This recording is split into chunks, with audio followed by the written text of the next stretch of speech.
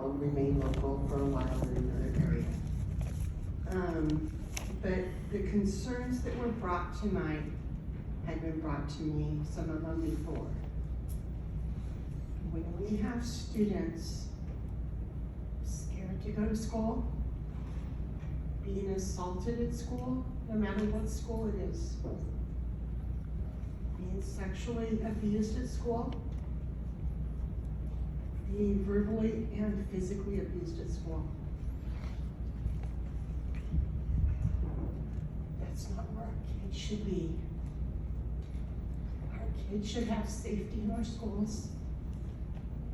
Our kids should feel honored to go talk to a teacher or the principal or the staff member, no matter what school it is, to say, I have a concern and to feel heard. And to not just send back the bullies. This has been an issue in a couple schools. My daughter in Montgomery Middle School had major problems there, similar.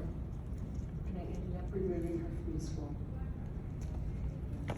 To hear other students that this is happening to, especially because I was a sexually assaulted victim when I was 14 years old.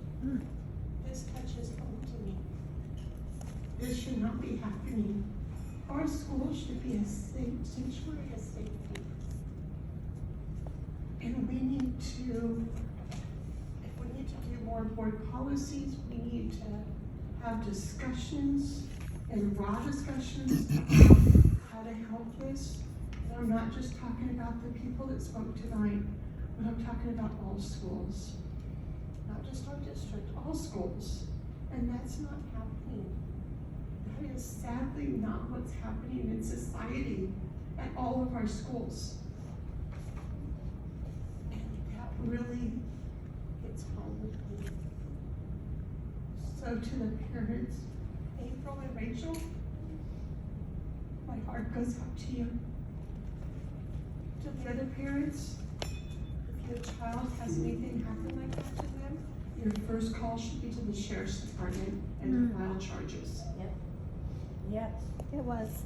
Okay, and it should be, The school should have done that also. they're mandatory reporters. We are all mandatory reporters. I would hope that would have been done. I don't know for the issue and I can't speak on the issue.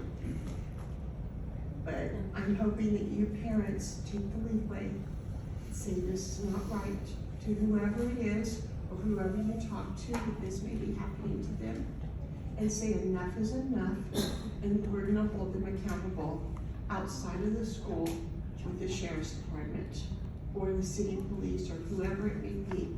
And you want to take it, just don't want to have it dropped. It just breaks my heart. I've been on this board for 28 years. This is probably one of the most saddest meetings that I've sat through. To hear, and this is not the first time I've heard about it. I've heard in the last couple of weeks. But all kids should walk on the campus with a smile on their face, their innocence in their pocket, and say, I want to do good in school, and I'm here, and I can have people around me I can trust. And I'm so sorry that's happened to you. I didn't know I was gonna get off on this, but it really, if you saw me sitting up here, I'm like holding back tears because I was a victim of a sexual crime at 14 years old and nothing was ever done. That was years, 40 some odd years ago. Other people I've talked to and helped counsel because of my past have been, a lot of them in school, sadly. But to hear it tonight in our own schools breaks my heart. And my heart goes out to all of you that this is happening to, and to the parents that could not come. You all will be in my thoughts and prayers. And your kids, they need to get counseling, and they need to become they will become resilient from it, but it will always change them, no matter who this happens to. So, thank you guys for coming. And I think that was my board report. Okay, thank you, Karen. All right. Jim?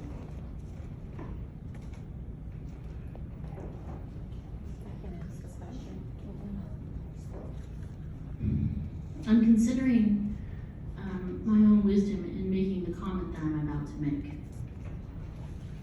And your situation at LCC is very serious. Something that I wasn't aware of, I knew what was happening before when we were in COVID.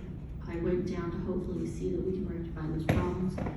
I saw Mr. Adler's email. I must have overlooked it, so that's my bad. My apologies to you, April. I pulled it up as you were speaking. I'm just gonna say this right now. It's very difficult for me to see Trustee Bartow shed tears and speak of your students at LCC when she herself has a son who's incarcerated in Texas with a 7,000-year sentence for child molestation. Focus on the kids. I am focusing on the No, kids. you're not. That's No, wild. this is why I, Retaliation I deal with every single No. time. Hold on. You know what? This is what's wrong. okay, this is This is why, school, not her problem. First of all, too, a year ago. That's great. I addressed this a year ago with Marashero in a Zoom, and you guys have done nothing. Get ready for students to drop out of your district. as I Watch. was saying, I didn't hear about the situation specifically about the Adlers until just today.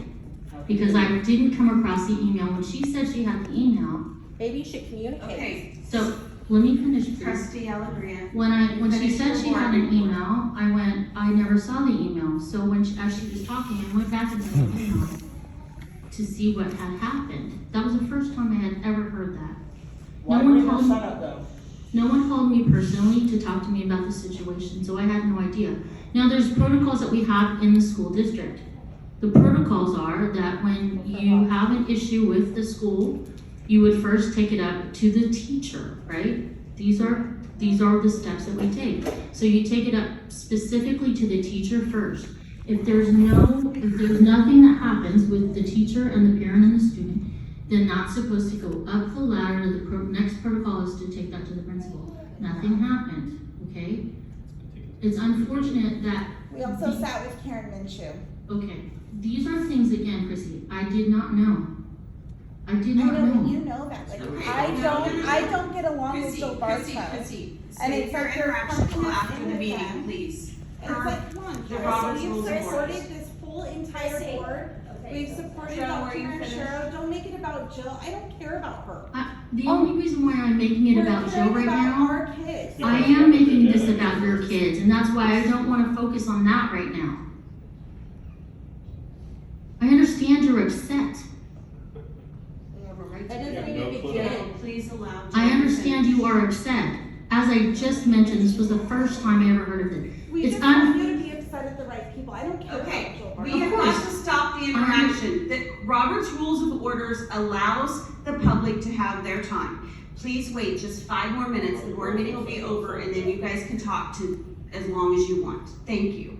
Joe, please finish your board report so that Jim can go next. So in that regard, we've just talked about the protocols, how you are supposed to go up the chain of command in order for you to get results. The results that are for you, that help your students, that help your family, that you don't have to come into this boardroom and share what's going on there, because everything should have been resolved prior to the boardroom, right? So unfortunately, this is not the case. So when it comes to the boardroom and it has to be talked about in open public and people have to spare their embarrassment, not only for the children, but for their schools and for the district and for us, we have to sit here and think, what happened?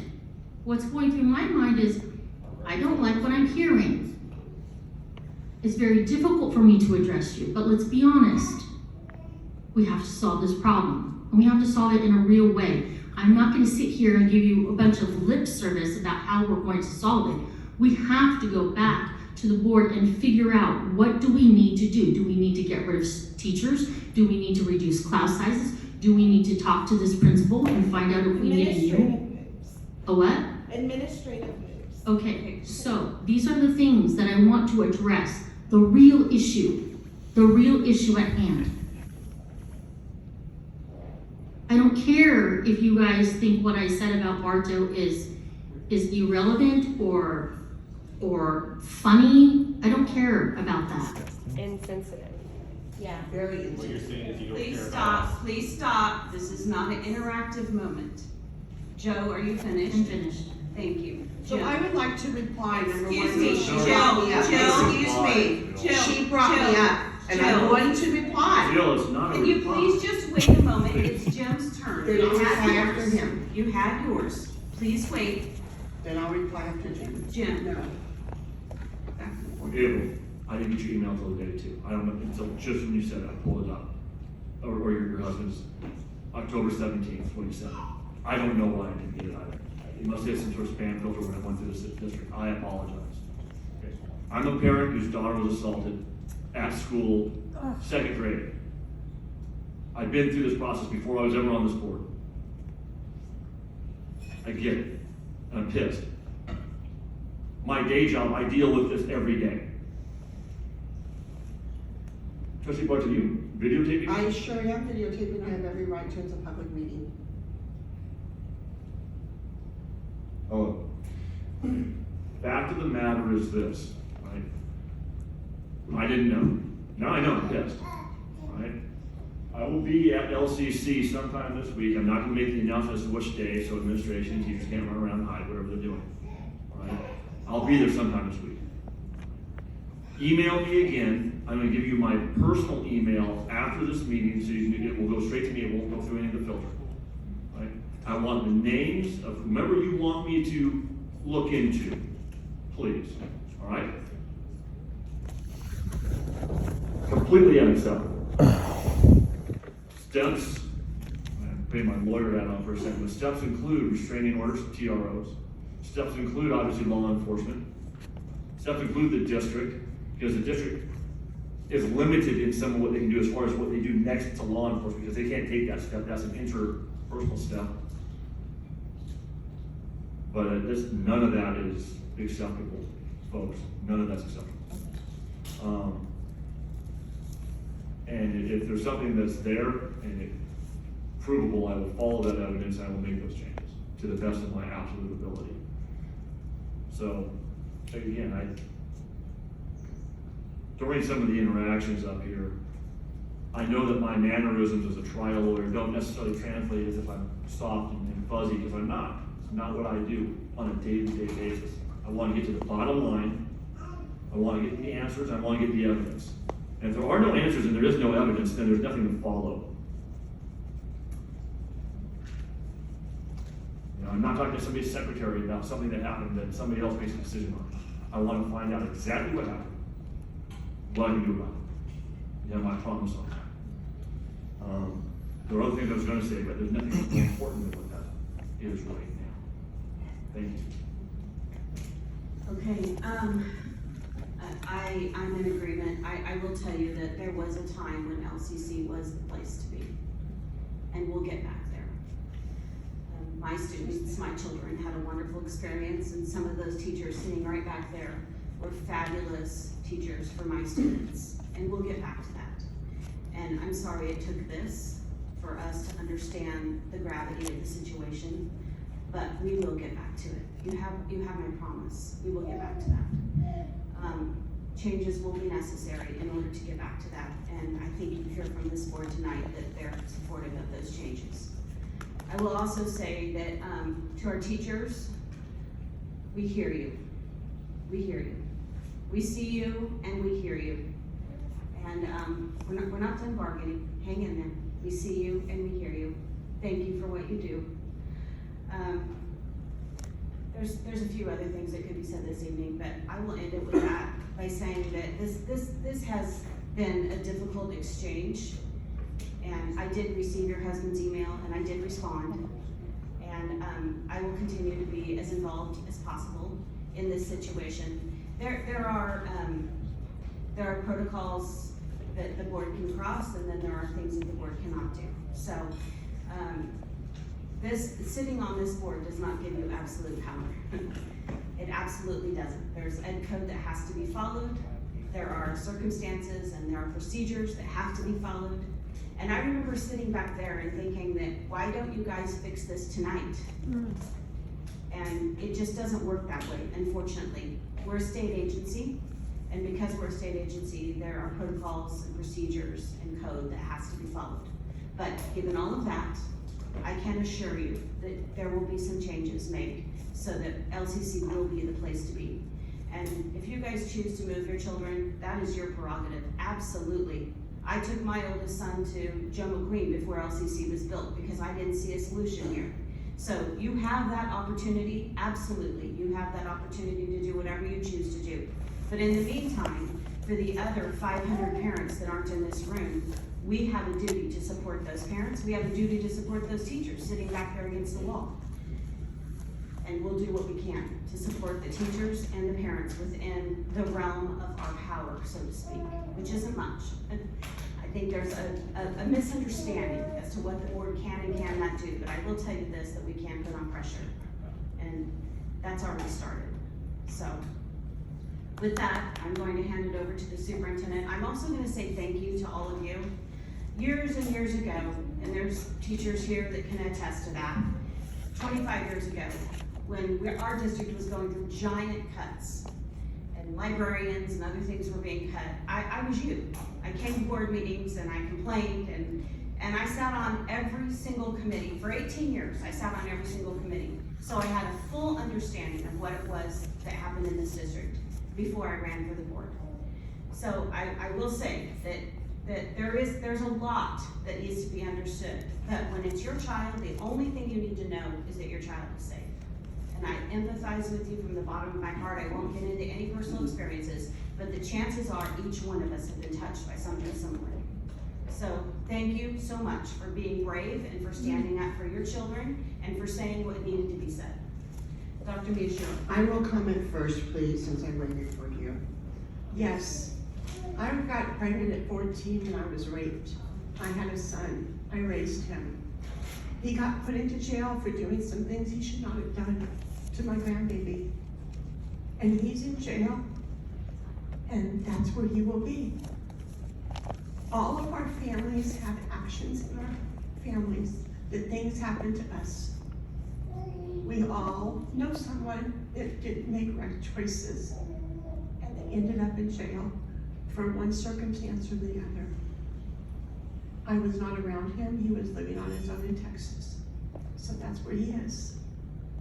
To have it brought up by another board member that knew me when her kids were born, and I helped her out when her kids were born. We went to the same church.